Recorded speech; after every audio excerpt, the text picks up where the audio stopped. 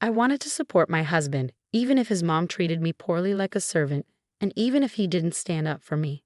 But things changed when his favorite brother got hurt and became half paralyzed. My husband started making fun of him, and even teamed up with his mom to make fun of me. That's when I decided I wouldn't take it anymore. Holding my brother-in-law's hand, I promised to get back at my husband and mother-in-law. My name's Mia, and I live with my husband Kent while we work together. I feel really overwhelmed because I have a ton of work to do at home and with my job, and I never get any time for myself. It's because my in-laws, who live nearby, keep asking for my help. Even though my husband and I both work, he never helps with the housework. My mother-in-law treats me more like a maid than a daughter-in-law. Mia, today you need to take your brother-in-law to the hospital. My mother-in-law calls me early in the morning on my day off. I'm supposed to take care of my brother-in-law's daily needs when I'm not working. Before, I was basically forced to drive him around like a taxi, but now I'm looking after him because he's half paralyzed. I'm always sorry, Mia, my brother-in-law said apologetically, but I shook my head. I'm doing it because I want to, so please don't worry, I replied smiling, but his expression seemed troubled. Before the accident, he was my mother-in-law's favorite. He graduated from a great university, landed a job at a big company, and was kind and gentle to everyone. It seemed like my mother-in-law only had eyes for him, as if he were her only son, leaving my husband, the second son, feeling ignored. Sometimes I got mad at my mother-in-law for treating my husband unfairly. That's why I always wanted to support him. But things changed drastically when my brother-in-law, who used to be so successful, ended up in a wheelchair after the accident. I honestly wish he'd leave already.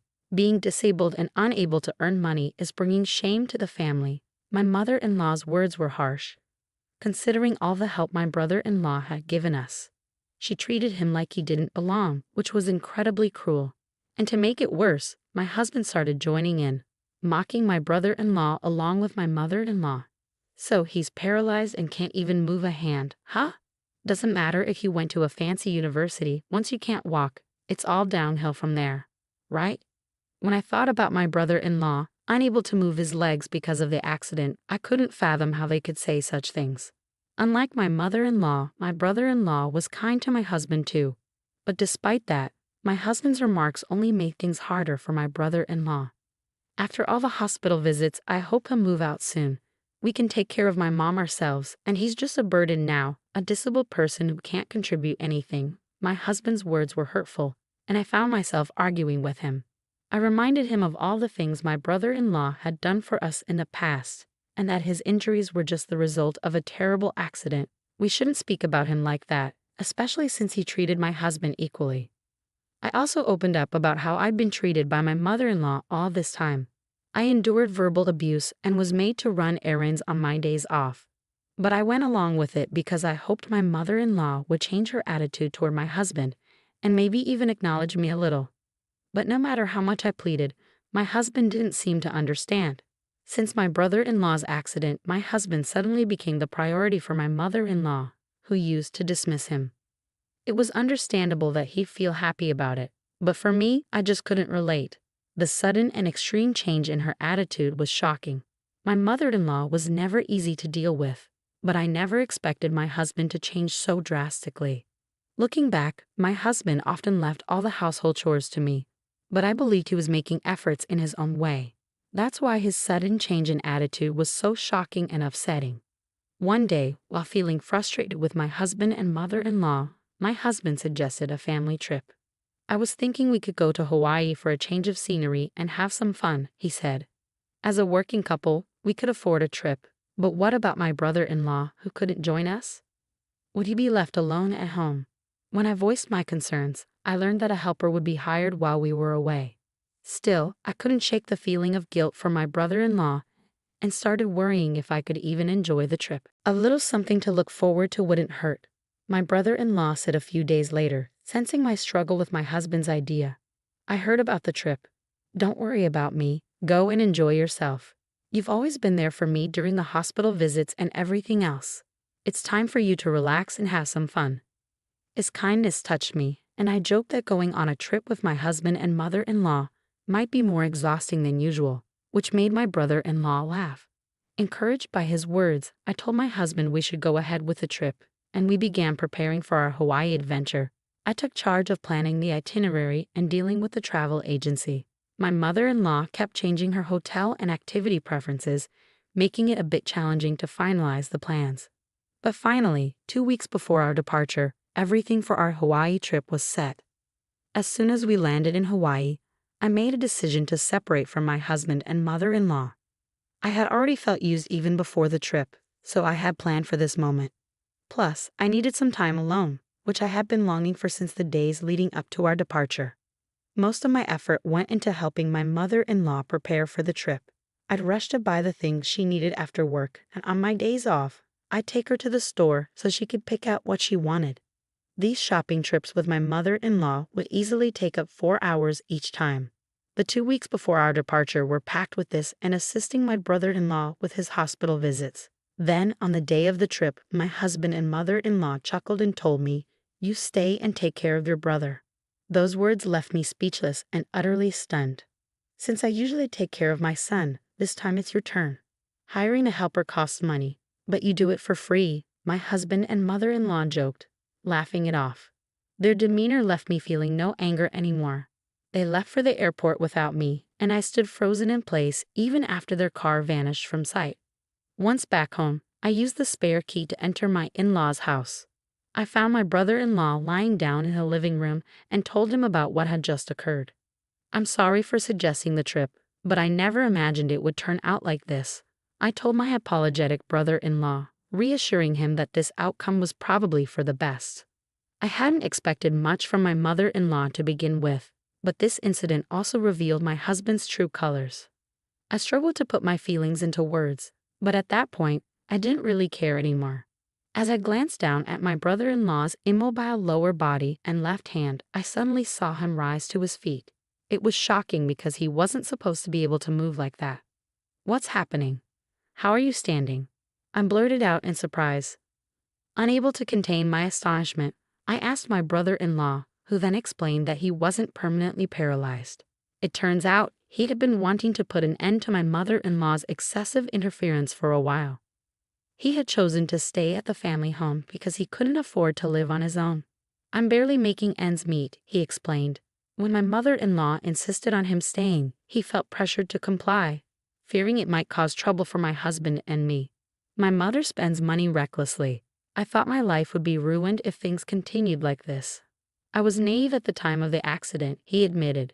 He had been contemplating how to break free from his mother's hold without causing issues for us.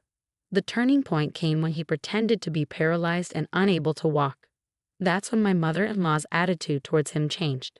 And just as he was wondering what to do next, my mother-in-law began favoring my husband. Listening to his story, I couldn't help but feel genuinely sorry for my brother-in-law.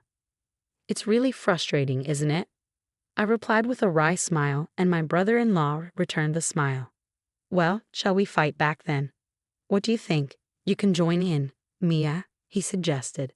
I had no intention of letting things end like this.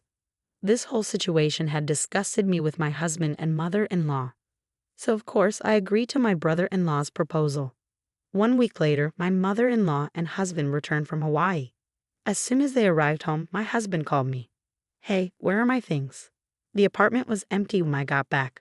I explained that I had sent his belongings to my in-laws' house. "I made it so you can live with your mother like you've always wanted," I tearfully told him.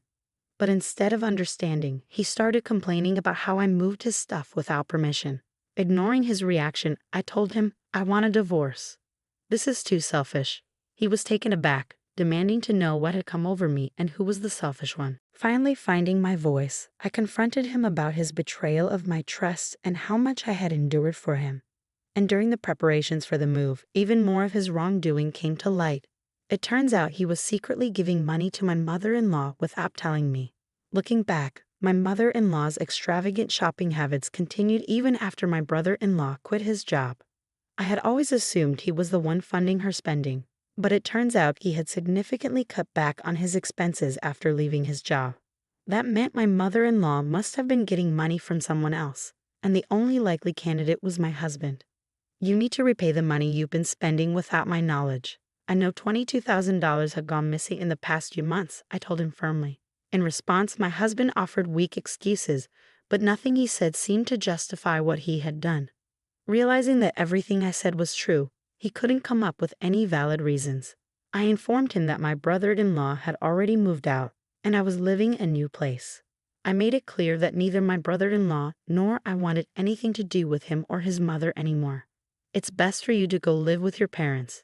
Your family seems to only consist of your mother-in-law, right?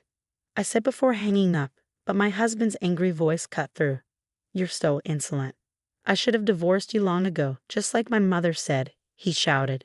Even in that moment, he brought up his mother. Though it was my honest feeling, his words felt like a relief.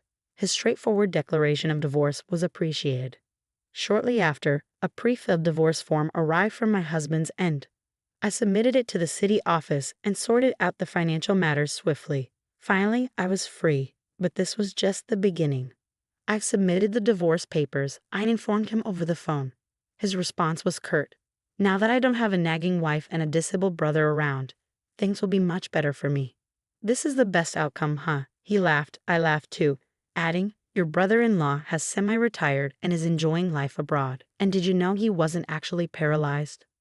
Oh, and your mother-in-law has some debts, so good luck with that. I thought I heard him say, huh. But I hung up, blocked his number, and decided he was just a stranger now, someone I didn't need to care about anymore. A month later, I received a letter from my ex-husband, Kent, sent through a lawyer. The letter was a mix of complaints, apologies, and an unthinkable proposal. To remarry me. I'd often wish you were still with me. My salary alone can't support my mother anymore. It's impossible, he lamented in the letter. It was filled with such absurd concerns, and I could almost sense the traces of tears in his words, which made me feel nauseous. I promptly threw the letter away. It appeared that my ex-husband had lost all his assets trying to repay my mother-in-law's debts. Yet it wasn't enough, and they ended up losing the family home. As for my mother-in-law, she was desperately searching for my brother-in-law, who had gone overseas. According to my brother-in-law, she had been reaching out to his acquaintances and former colleagues. Despite her efforts, none of them intended to disclose his whereabouts. And even if she did find out, she wouldn't be able to go there. This situation was putting my second son at risk. I want to see my older son, she reportedly said, but none of my brother-in-law's acquaintances were willing to help her. It seems that life with Kent has been quite challenging for my mother-in-law since the divorce. Meanwhile, I've been enjoying a peaceful life in my new single-person apartment. It's remarkably calm compared to the chaos of before. It's been a year since the divorce, and for the last 6 months, I haven't heard a word from my ex-husband. Then today, I received an email from my brother-in-law abroad after a long silence. The email contained news that my mother-in-law had finally gone bankrupt, her name even listed in the official gazette. Curious, I did some digging and discovered that Kent and my mother-in-law are now cohabiting in a small one-room apartment. Needless to say, they're not getting along. Kent is struggling to make ends meet and is drowning in debt, all because of my mother-in-law's uncontrollable spending habits. The sight of them disgusts me, but strangely, recalling the past doesn't fill me with anger anymore. It seems the revenge my brother-in-law and I carried out, what we called a counterattack, has had more than enough effect.